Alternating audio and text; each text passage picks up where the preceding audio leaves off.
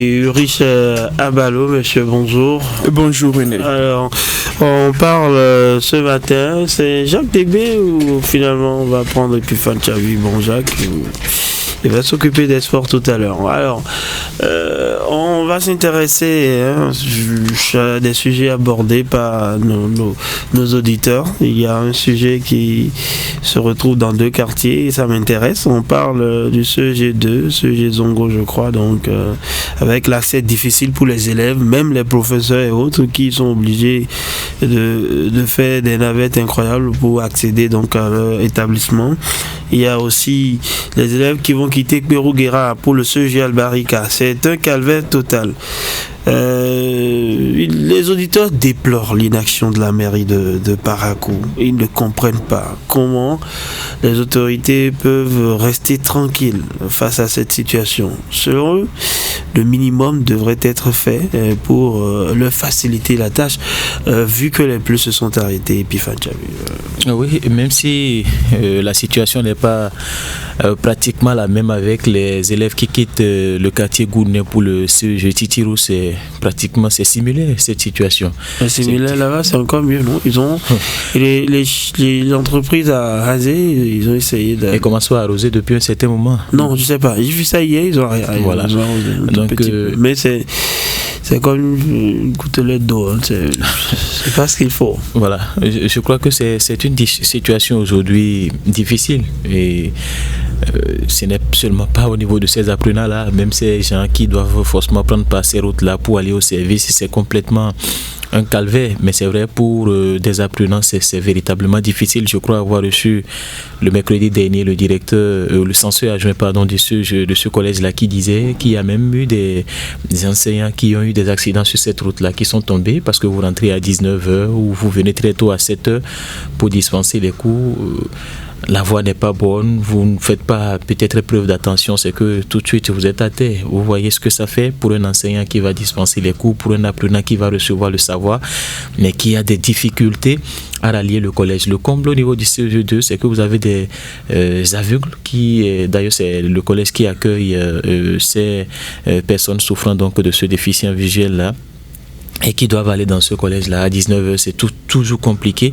En tout cas, c'est vraiment une situation à laquelle les autorités doivent trouver une solution, ne serait-ce juste que pour ces collèges-là, même si, vous savez, nous avons longtemps crié en ce qui concerne les voies d'accès, les voies secondaires dans presque tous les quartiers de la ville, mais rien n'a été fait pratiquement, outre les travaux d'asphaltage qui se font dans quelques quartiers. Ce n'est pas toutes les rues qui sont prises en compte. Donc, je crois quand même qu'en ce qui concerne ces établissements, c'est lieu de savoir, l'administration doit pouvoir faire quelque chose, réagir, ne serait-ce que faire quelque chose pour permettre à ces apprenants-là de rallier en toute sécurité le collège. Moi je ne suis pas, je ne dirais pas que ce n'est pas bien, mais je crois que c'est quand même peu agréable à chaque moment, que ce soit donc les apprenants qui appellent au secours, les populations l'ont fait, les parents d'élèves l'ont fait, les responsables de l'établissement l'ont fait. Je crois il paraît même que le directeur du CEGD également a mené des démarches, mais qui sont restées infructueuses jusqu'à aujourd'hui.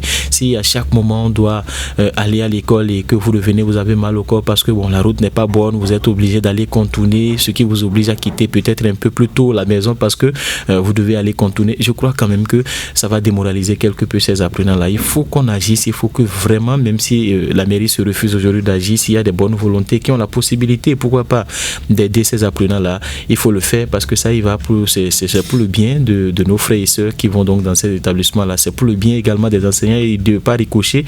Je crois que ça va permettre à tous ceux qui empruntent ces axes-là de retrouver une paix en ce qui concerne la circulation. C'est vraiment difficile, et même quand vous quittez chez vous aujourd'hui, vous vous posez mille et une questions. Vous quittez, vous êtes obligé peut-être d'aller contourner parce que la route n'est pas bonne, ou si vous voulez, c'est des secousses à longueur de journée quand vous rentrez, quand vous revenez, quand vous décidez de sortir, ce qui fait même à un certain moment que certaines personnes se disent est-ce que ce n'est pas inutile que je rentre, parce qu'en rentrant c'est des secousses ou peut-être vous arrivez, la route a connu une autre dégradation, ainsi de suite. Et sur ces situations là que nous enregistrons tous les jours, l'administration qui est garante donc de la sécurité des populations et des biens doit véritablement pouvoir réagir pour sortir ces populations-là qui ont déjà assez souffert de cette ornière-là. Ça ne date pas d'1 an, de 2 ans.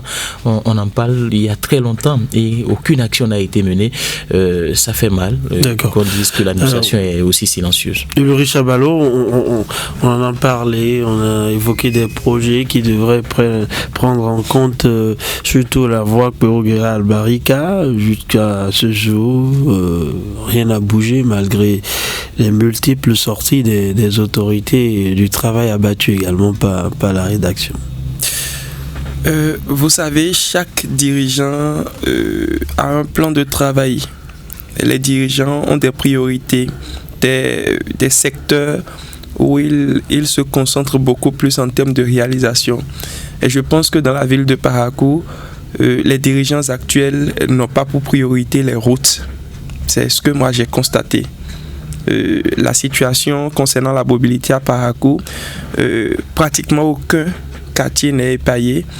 C'est des difficultés pour ce qui concerne les quartiers secondaires de la ville de Parakou. Se déplacer, c'est totalement un calvaire. Et ces cas dont nous parlons particulièrement viennent empirer la situation. Quand je suis un écolier, sinon je dirais un collégien, et je quitte Pérouguera pour allier le CG3 au quartier Albarika, c'est la croix et la bannière. Quand je quitte Gounin par exemple et que je dois me rendre au CG Titirou ou à l'EPP Titirou, je quitte la maison, mais je ne sais pas si je vais retenir en bon état, je ne sais pas si je vais me retenir à la maison avec une fracture au niveau de la jambe ou pas. Et ça pose un véritable problème. Parfois, on se pose la question de savoir si les autorités prêtent oreille même à nos tranches de grogne, les tranches de grogne qui sont organisées sur les différentes radios, si les autorités s'asseyent pour réfléchir ensemble à comment faire pour soulager un tant soit peu les difficultés des populations qui crient tout le temps. Mais malheureusement, il n'y a pas eu une grosse manifestation à venir à Pérouguera, sinon peut-être que on l'a vu à l'approche du candidat Romuald Wadaï, quelques routes ont bénéficié de quelques coups de pelle. On aurait pu faire quelque chose si par exemple il y avait une manifestation du candidat ou d'un acteur politique phare là-bas. Alors ce qui est sûr, je ne sais pas si le suspense est encore à son comble, sinon les populations pourraient se frotter les mains par rapport aux élections qui viennent, parce que si Pérouguera doit voter pour un candidat, certainement il ne faut pas y aller avec la route dans cet état. Il faut mêler des actions. Là, c'est évident que Pérouguera ne vote pas, parce que la voie là, je pense que ça va pas être réparé avant les prochains scrutins. C'est pas évident. Non, c'est sûr, ils vont réparer avant d'amener les urnes. Mais ça va être compliqué, c'est la vérité. Non, sinon on risque de tomber tout casser sur la route. C'est ça, je dis, quand vous êtes seul, il faut sécuriser les voies après les votes. Vous êtes piéton. Il faut bien sécuriser la voie. Quand vous êtes piéton, pour prendre par la voie là, ce n'est pas facile. Donc j'imagine avec une moto et des urnes sur la moto, c'est pas évident. Je vous assure que si on passe l'étape là, Pérouguera est resté sur le cœur. C'est compliqué. Il y a le projet PAPVS qui a pris en compte la voie. De vous à moi. Mais jusqu'à présent, parce qu'on a rencontré le maire, justement, on a eu le chef du quartier, on a eu le chef d'arrondissement, tous confirment que le projet est en route, et je me dis que peut-être le projet vient de...